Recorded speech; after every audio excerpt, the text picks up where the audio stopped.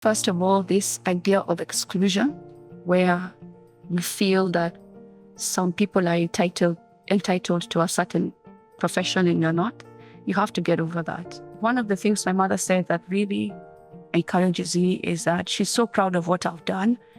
Things like this were just not possible for them. So for me, that feeling that a woman today can be the dream of her mother, her grandmother, her aunties, that's beautiful. That's a thing to prioritize. Just be true to who you are and what's calling you, and then you're able to do the work that it takes to get there.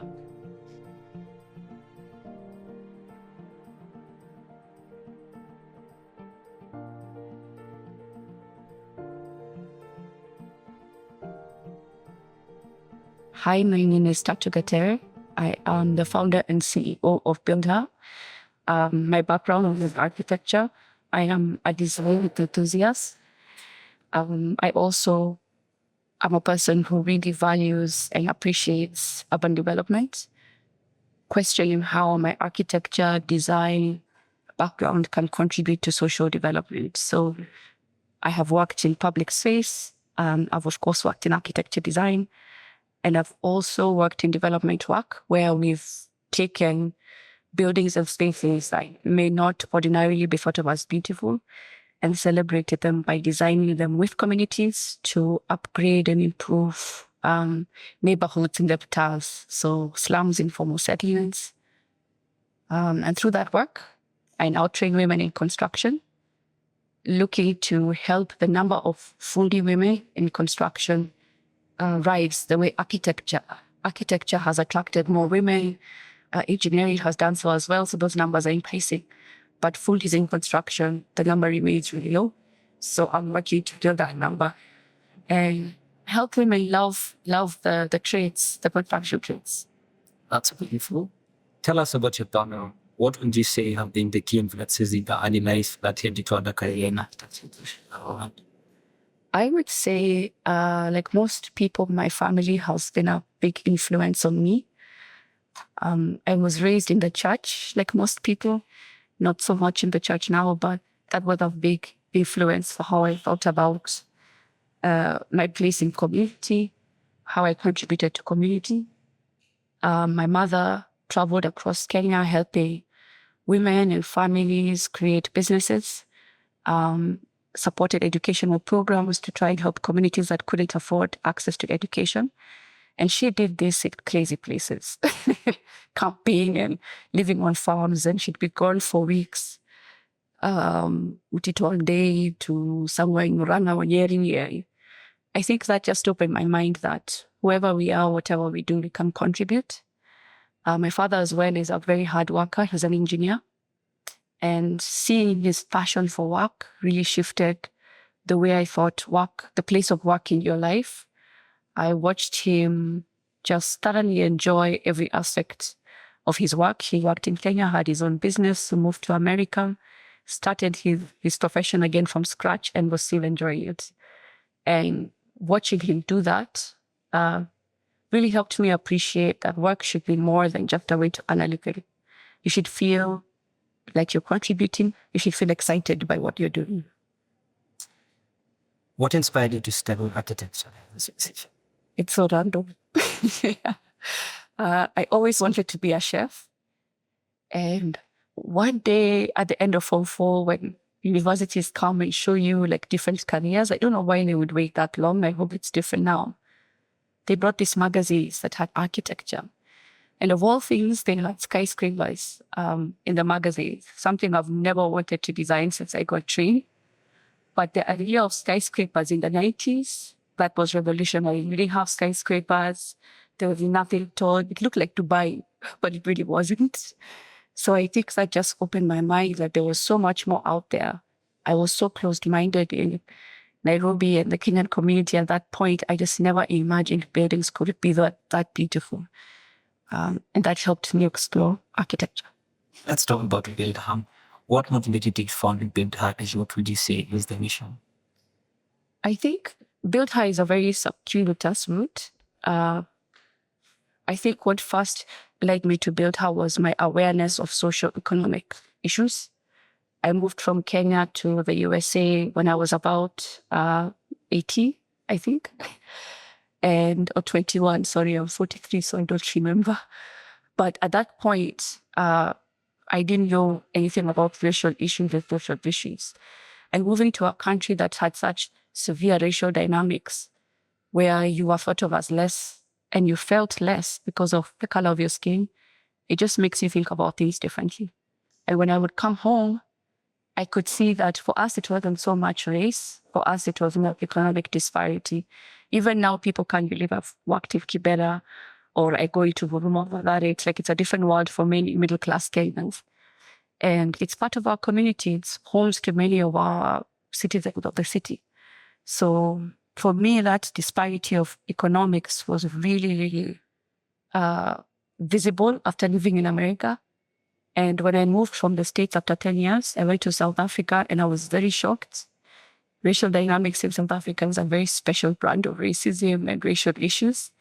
So again, I had awareness that each country, each context has its own brand of problems.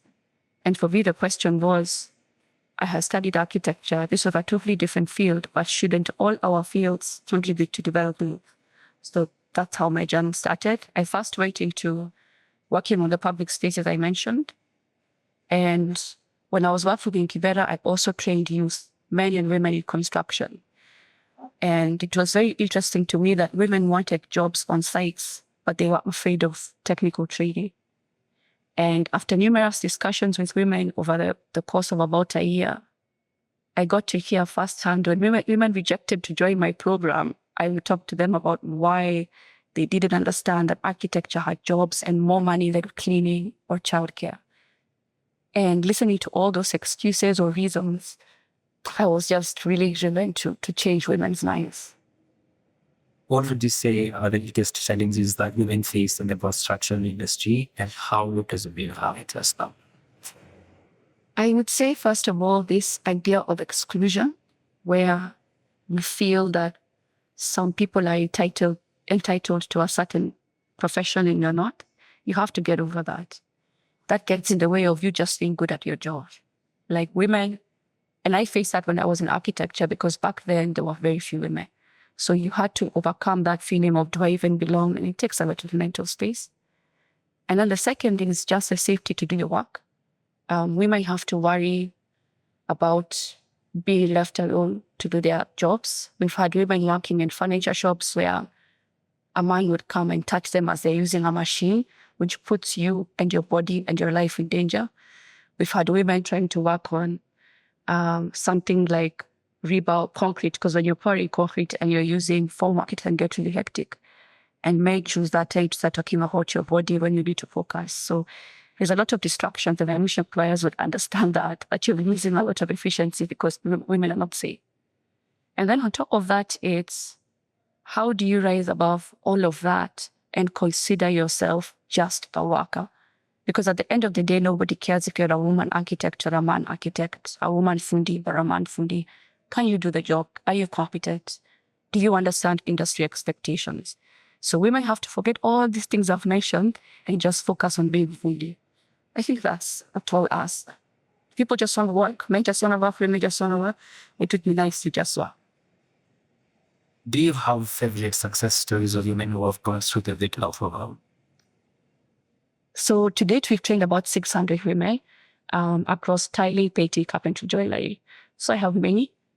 Some of my favorite are, there's this big push to empower youth, which I agree with. Actually, youth is my passion more than gender. So 18 to 35 is a great age to focus on, considering the young and growing population. But we don't talk about the 35 to 60, 70 who have no retirement plan. What are these people going to do? Some of our strongest performers in Buildher are women 35 to 60. And initially, we just focused on youth like everybody else. And we had older women come and say, why not me? What are you saying about my prospects? If you're focusing on the younger generation, how do I take care of myself so my kids don't have to take care of me? And those women who come in, every woman who's coming in that age bracket is doing well today. Whereas the younger ones, sometimes they have focus issues. But the older women, they come in They are top performers. They earn high. They start businesses quickly. They mentor the young ones when the young ones lose focus. I see them put their kids in college where they thought they couldn't. That's a remarkable story for me. And then also the younger ones are funny because many come here without focus. They don't know why they're here. It's just that opportunity and they applied. And watching a young person become passionate about their trade.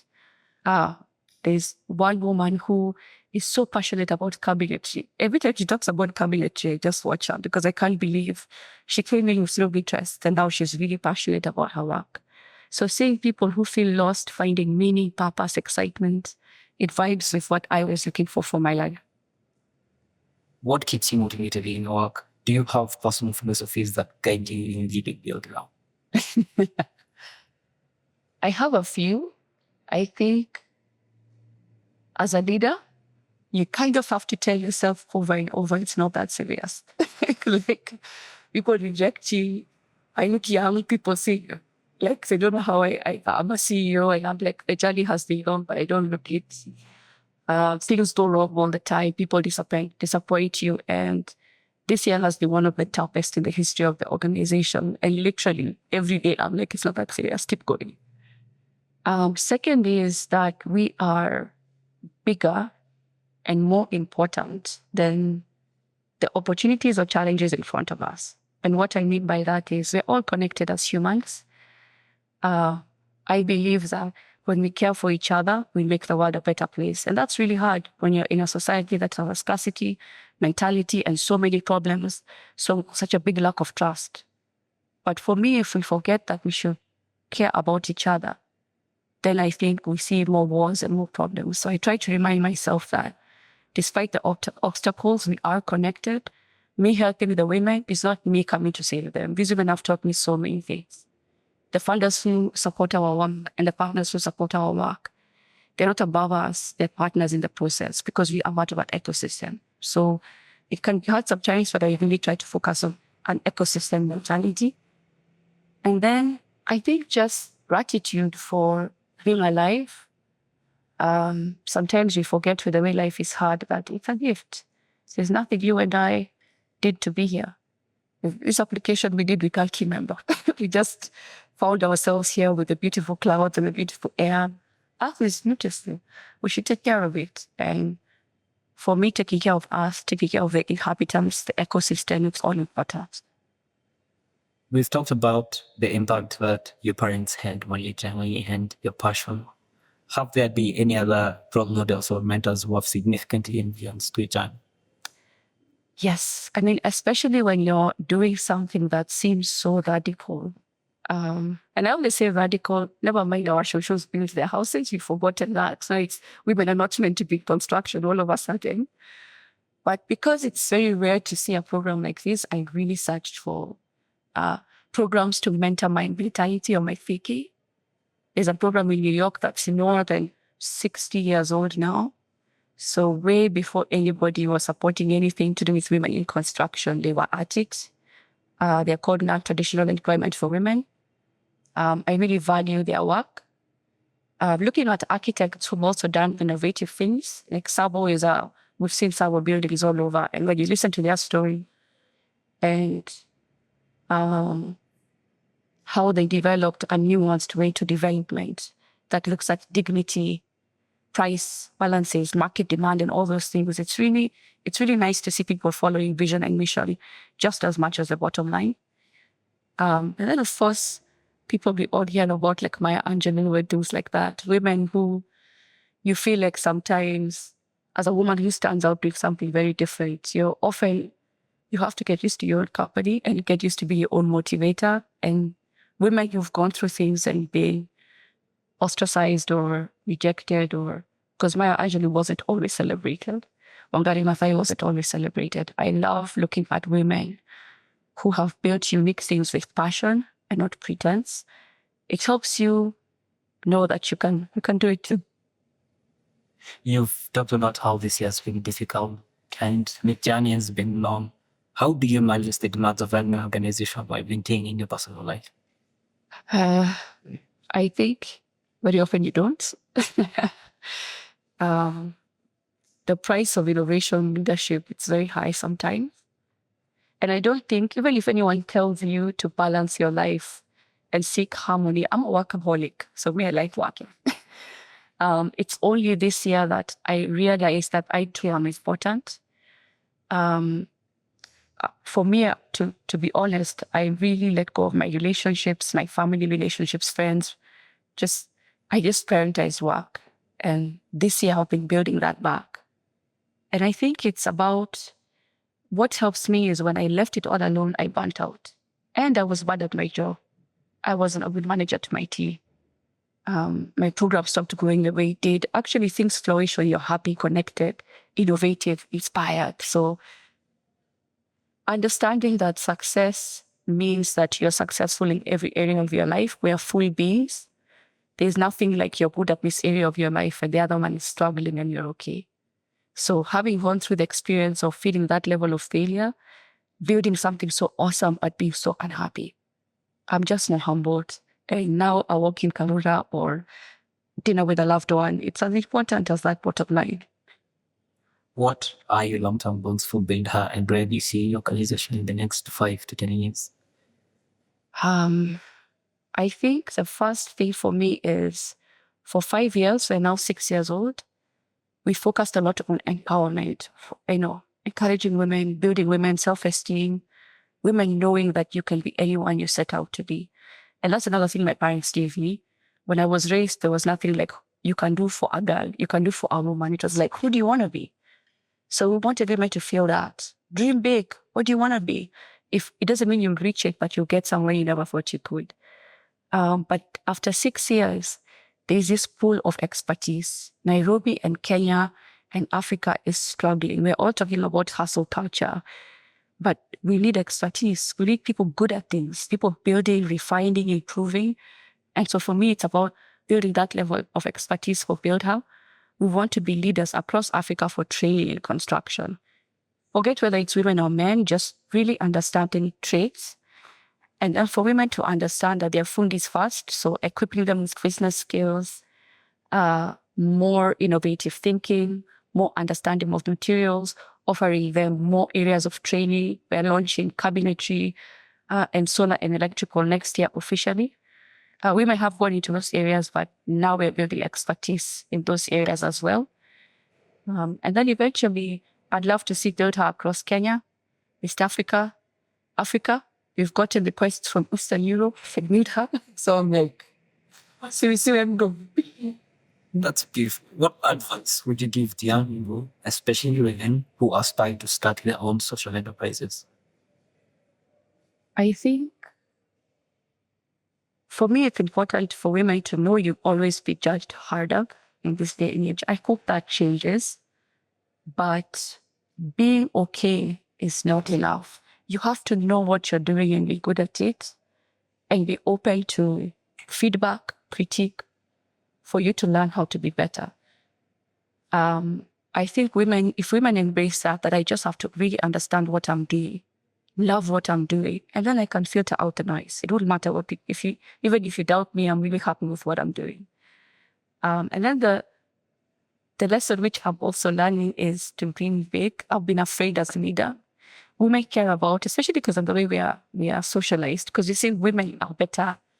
They're naturals, are we? Or we're just socialized that way. And men are socialized to go out and fend for yourself.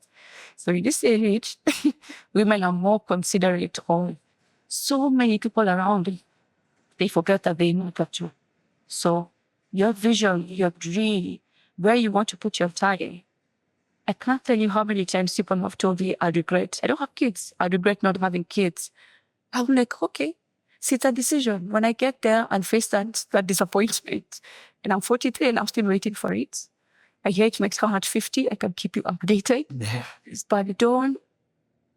But one of the things my mother said that really encourages me is that she's so proud of what I've done.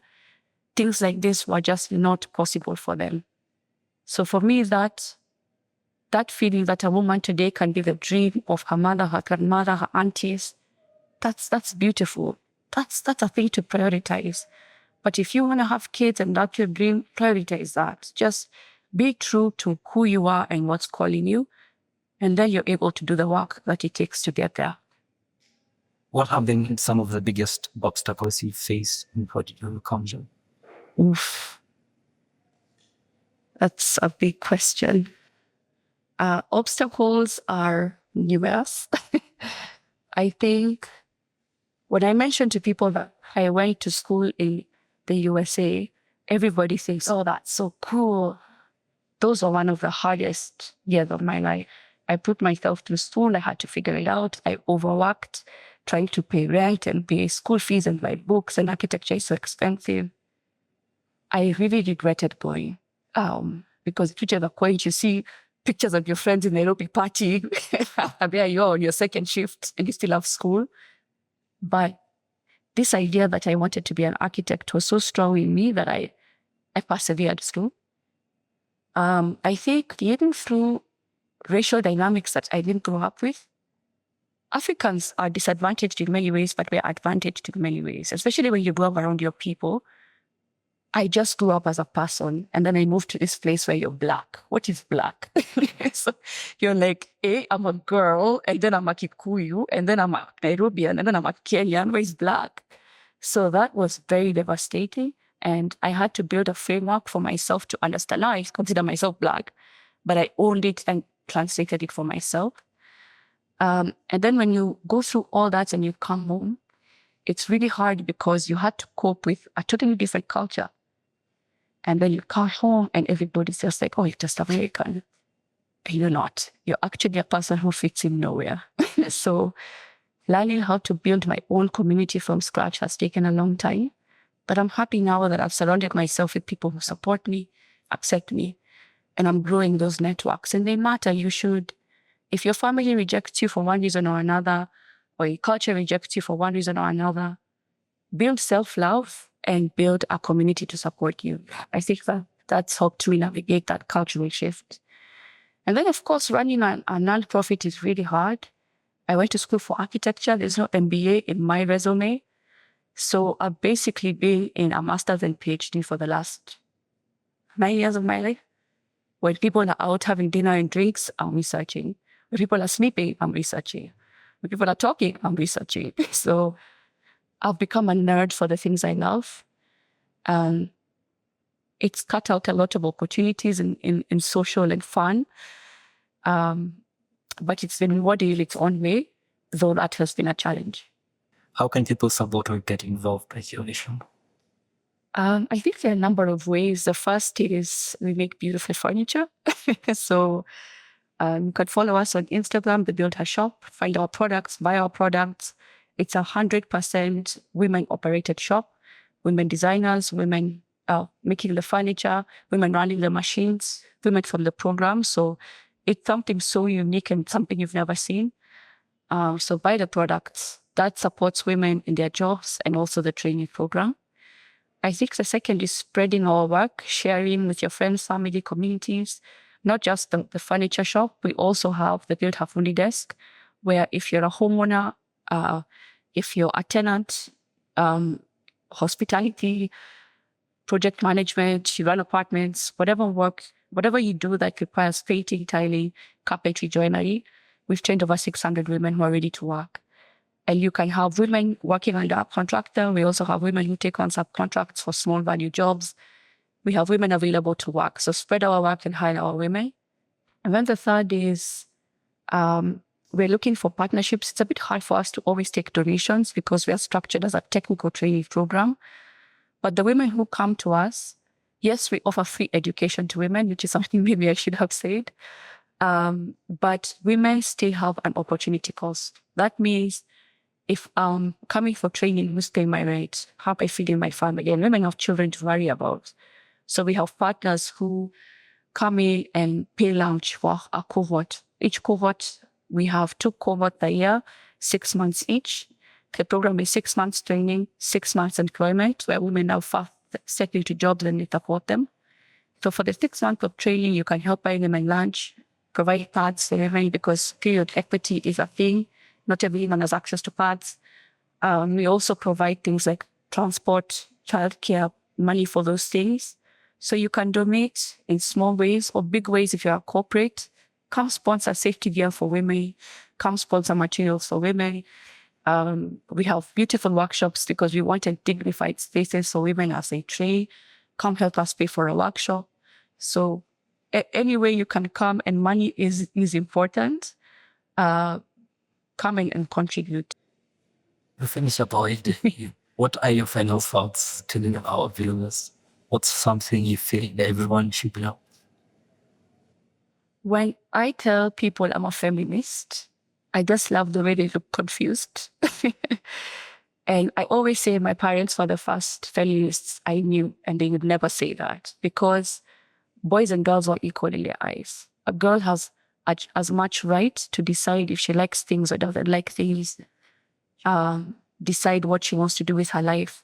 For me, that's what feminism is putting women forward on an equal footing with men to determine our futures. So I would say that more parents doing that will create a better world.